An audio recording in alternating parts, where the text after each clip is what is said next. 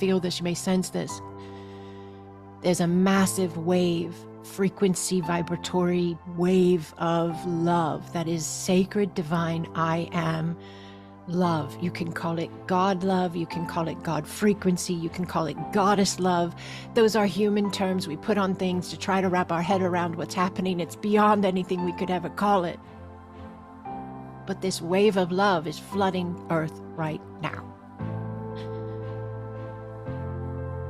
Because we that have moved through this new human understanding, new earth understanding, and are able to contemplate and work with the higher dimensional space of ourselves in human form, we're ready to run the energy through our forms.